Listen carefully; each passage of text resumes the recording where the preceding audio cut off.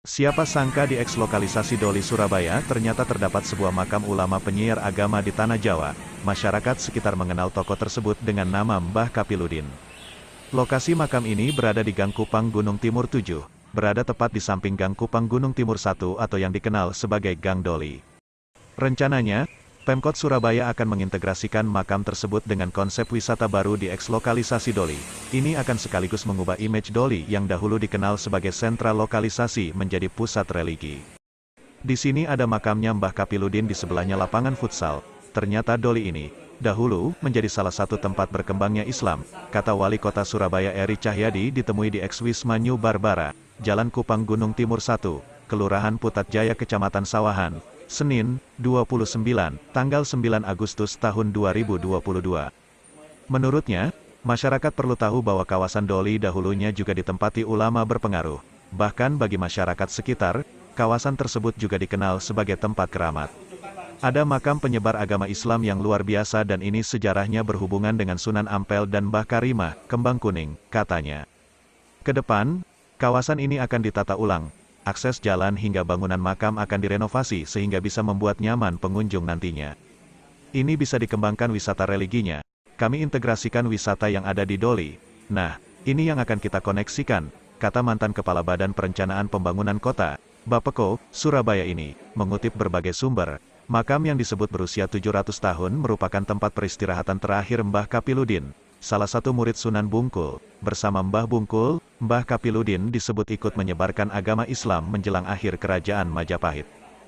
Jadi sebenarnya ada beberapa penataan ya, ada di kawasan Doli, ada di kawasan Plakarjo, ada satu lagi nih di Semi. Ini yang tempatnya ini kan sebenarnya kita ini sudah punya beberapa tempat rumah yang sudah kita beli, tapi puluhan tahun ini nggak tahu bergerak no. Nah kita manfaatkan bahwa rumah-rumah ini untuk bergeraknya ekonomi.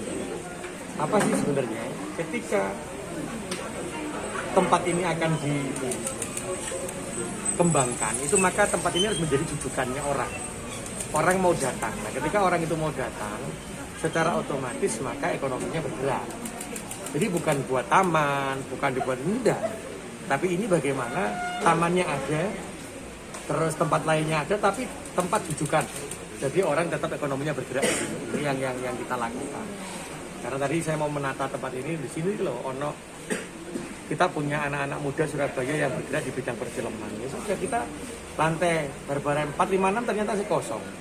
Kan bisa dipakai oleh teman-teman anak muda-muda coding space untuk membuat film. Nah film itu bisa dikembangkan terkait dengan Doli saiki, Doli biyen, wong cerita ya apa. Terus yang di bawah bisa digunakan untuk tempat kembangkan. Sama seperti tempat ini. Tempat ini kan gone sepatu. Lah iki lek wong ngapain jadi tempat wisata? Ya enggak begini. Produksinya harusnya enggak di sini, mungkin di atas. Yang bawah bisa dibuat kafe di sini sambil menampilkan produk-produknya. Kan asik toh. Jadi nyambung. Nah, lewat melbungi ini gambar, koyoknya ini suasananya kan gak iso. Nah inilah yang harus dirubah. Gitu. Sehingga tadi saya sampaikan, ini kudu memang ada secara menyeluruh. Jadi beberapa saja yang belum kita gunakan, karena itu tadi saya sampaikan, direncanakan, maka setelah direncanakan, aset itu digunakan untuk apa? Langsung yang kita kerjakan. Jadi ini target saya di bulan Desember ini sudah, kawasan Doli sudah berubah.